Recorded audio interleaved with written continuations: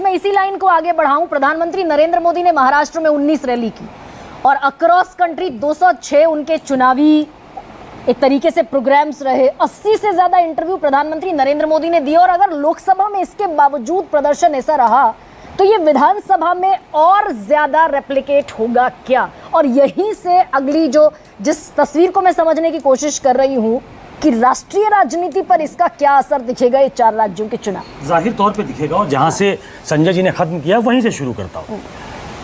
ये नरेंद्र मोदी बीजेपी के सबसे बड़े नेता हैं, वो सबसे बड़े वोट कैचर हैं और अभी तक के आंकड़े, अभी तक के रिजल्ट्स इस तरफ इशारा करते थे कि नरेंद्र मोदी अपने साथ ही कैरीज फॉरवर्ड, वो एंटी इनकम्बेंसी को भी खत्म कर देते हैं, अपने साथ ले जाते हैं।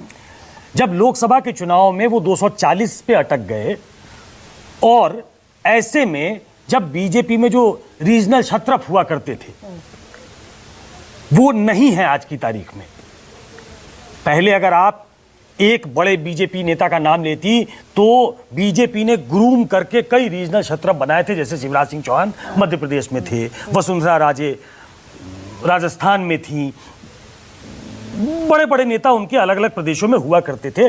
वो सब कुछ नरेंद्र मोदी के इर्द गिर्द वीव किया गया जब से नरेंद्र मोदी राष्ट्रीय पटल पे आए और जाहिर तौर पे चूंकि वो सबसे बड़े नेता थे, वोट कैचर थे, तो उनके नाम पे वोट ज्यादा आते थे। तो ये कहना कि उलट जाएगा सब कुछ, ऐसा नहीं दिखता है। जो संजय जी कह रहे थे मैं उससे सहमत हूं।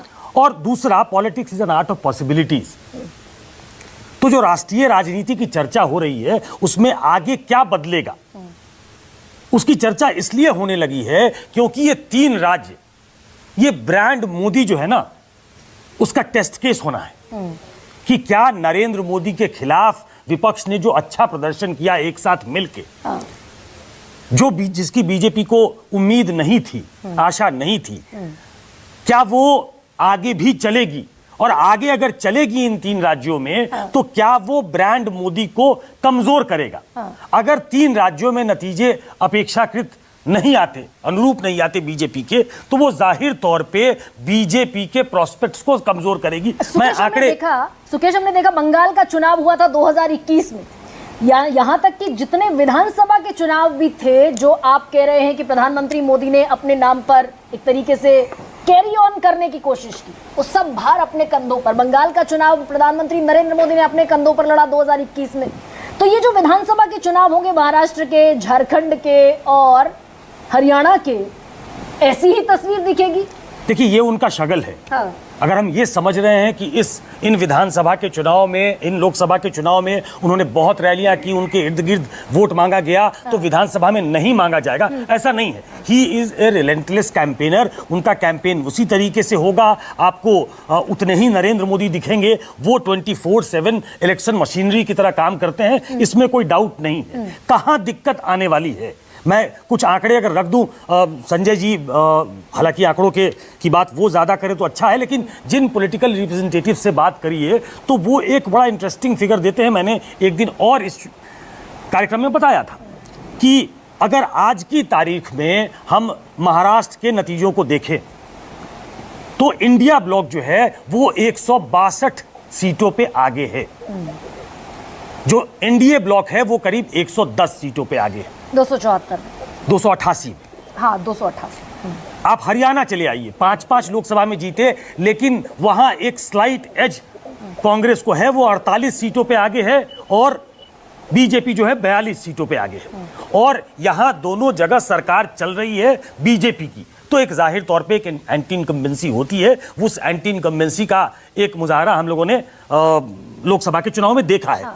और दूसरा, जो मैं झारखंड को अभी छोड़ देता हूं, हालांकि झारखंड में बीजेपी करीब 52 सीटों पे आगे है, 29 सीटों पे इंडिया ब्लॉक वहां आगे बताई जाती। जो सबसे इंपॉर्टेंट, जो आपको नेशनल रेलेवेंस इसका क्या होगा उसकी तरफ इशारा करता है, इसके पहले आपने कई नाम लिए कि वेंकैया नायडू ने ये कह दिया, आरएसएस के नेताओं ने कह दिया, तो आरएसएस के किसी छोटे नेता ने ऑर्गेनाइजर में नहीं छपा। ऑर्गेनाइजर में जो छपा रतन शारदा, तो उनके एक आइडियोलॉग है, वो लिखते हैं, वो उनका बयान आरएसएस का बयान नहीं कहा जा सकता। लेकिन मोहन भागवत का बयान आरएसएस का बयान है, वो सरसंचालक हैं।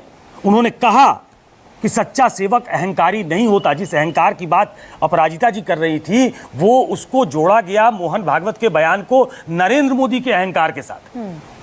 तो ये एक रेड फ्लैग करना है। चेतन भगत, मैं 4 लाइन उनकी पढ़ के सुनाना चाहता हूं। वो 2011-12 से उन्होंने अपना कॉलम लिखा, उसमें लिखा है कि 2011 में जब मैंने पहली बार कहा तो लोगों को यकीन नहीं हुआ, क्योंकि उस समय नरेंद्र मोदी के एडवेंट की बात, उनके इमर्जेंस की बात नेशनल एरिना में कोई नहीं कर रहा था। उन्होंने लिखा है, कंक्लूड किया है, the 2024 elections have created an even sided political match in India. BJP is a strong fighter and it will battle hard to win back lost territory. At the same time, Rahul's time could come too if he plays it right. अब ये brand Rahul और brand Modi की तुलना आज की तारीख, आज से पहले नहीं होती थी। इन चुनावों के बाद ऐसा एक माहौल बनने लगा है कि राहुल गांधी इमर्ज कर गए हैं। बीजेपी कहेगी कि ऐसा बहुत बार वो इमर्ज किए हैं, हाँ। लेकिन नरेंद्र मोदी इतने नीचे नहीं गए थे और इसीलिए राहुल गांधी का इमरजेंस, इंडिया का इमरजेंस। ये जो इंडिकेशन अब चेतन भगत, मोहन भागवत, इंद्रेश कुमार, वेंकैया नायडू, राम माधव, ये जो सब कह रहे हैं, ये 2023 के कर्नाटका इलेक्शन के बाद जो ऑर्गेनाइजर ने इंडिकेट किया था, ये उसी तरफ जाता हुआ दिख रहा है। ऑर्गेनाइजर ने कहा था कि भाई मेहनत करनी पड़ेगी, कार्यकर्ताओं को आउटरीच करना पड़ेगा प्रधानमंत्री मोदी के करिश्मे पर। उन्होंने ये कहा था कि सिर्फ हिंदुत्व और मोदी का करिश्मा यही आपको बेल आउट नहीं करा सकता। उस समय तक मोदी के करिश्मे पे किसी ने क्वेश्चन मार्क नहीं लगाया था। इस चुनावी खराब प्रदर्शन, अपेक्षाकृत खराब प्रदर्शन के बाद ये सवाल उठने लगा है और मेरा इशारा उस तरफ है कि अगर इन चुनावों में, 3 राज्यों में चुनाव होने हैं, अगर उन चुनावों में बीजेपी जीत नहीं पाती है तो ये बीजेपी की इंटरनल पॉलिटिक्स जो है वो वहां हिट करेगी। तो और ये सबसे इंपॉर्टेंट है कि बीजेपी की इंटरनल पॉलिटिक्स भी आने वाले दिनों में इससे प्रभावित हो जाएगी। क्या लोग इस तरफ इशारा कर रहे हैं? अपराजिता जी, लोकसभा चुनावों के बाद जो साइड इफेक्ट दिखे उत्तर प्रदेश से लेकर बंगाल तक, शुभेंदु अधिकारी तो कॉन्ट्राडिक्ट करते नजर आए प्रधानमंत्री के अपने कहे गए स्टेटमेंट को, सूत्र वाक्य को। उत्तर प्रदेश की सिर फुटअव्वल जग जाहिर है, देवेंद्र फडणवीस इस्तीफा देते हुए नजर आए महाराष्ट्र में। तो ये लोकसभा चुनाव के बाद जो दिखा, अब 3 विधानसभा चुनावों में ये बड़ा लिटमस टेस्ट अपराजिता जी है। स्वीकार तो कर रही है पार्टी, आपने खुद कहा कि कोर्स करेक्शन की तरफ बढ़ रहे हैं।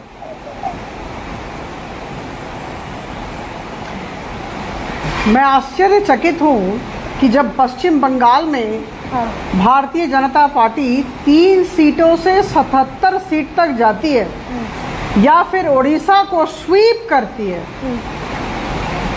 21 सांसदों में 20 सांसद भारतीय जनता पार्टी के, सरकार हमारी बनी, इन सब अच्छी बातों की चर्चा नहीं की जाती है। जिस अंदाज से आप हमारे फेलियर्स की या हमारे वीक पॉइंट्स की बातचीत कर रहे हैं या निकालने की कोशिश कर रहे हैं।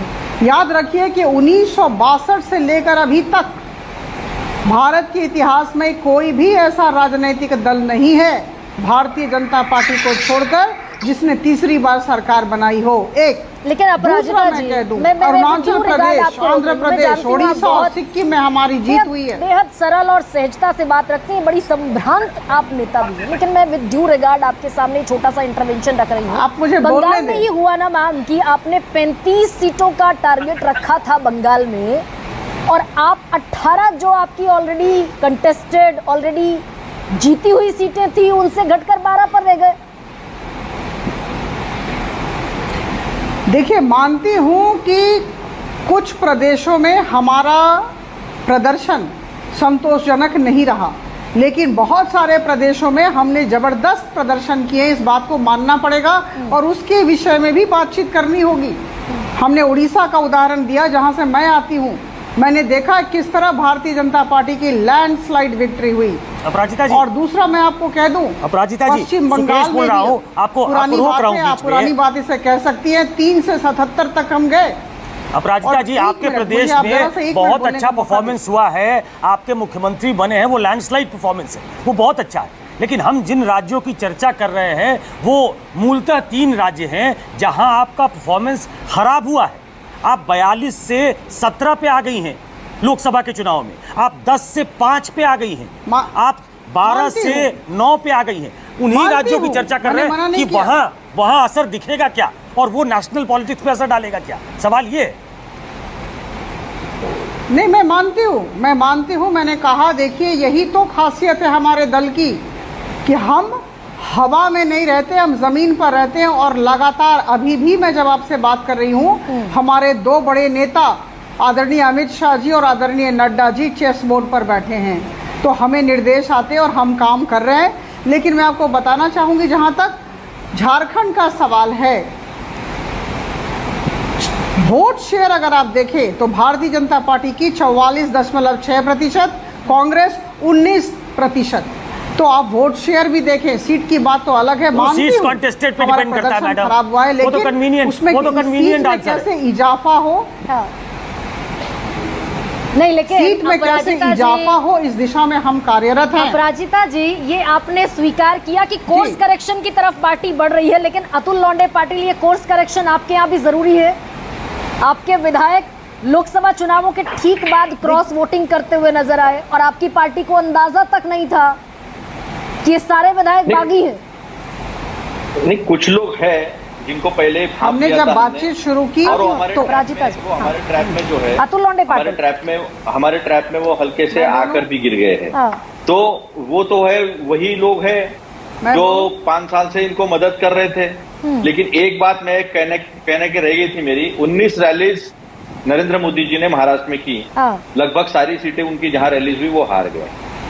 2019 के बाद ऐसा कोई चुनाव नहीं है महाराष्ट्र में, एक बाई इलेक्शन छोड़कर बाकी सारे चुनाव जो है विधान परिषद के, चाहे वो ग्रेजुएट कॉन्स्टिट्यूंसी हो, टीचर्स कॉन्स्टिट्यूंसी हो, बाई इलेक्शन हो, 58 साल के बाद वो कस्बा पूना का जो हार्ट ऑफ है, जिनके अलग अलग नाम से ये नैरेटिव चलाते हैं, वहां का चुनाव भी ये जो है हार गए हैं। लेकिन अतुल तो जी, एक अतुल जी, ये बात- सच एक भी बात है मैं- क्या कि हार्ड वर्क में, मैनेजमेंट में, डिसिप्लिन में आसपास भी नहीं है राहुल गांधी प्रधानमंत्री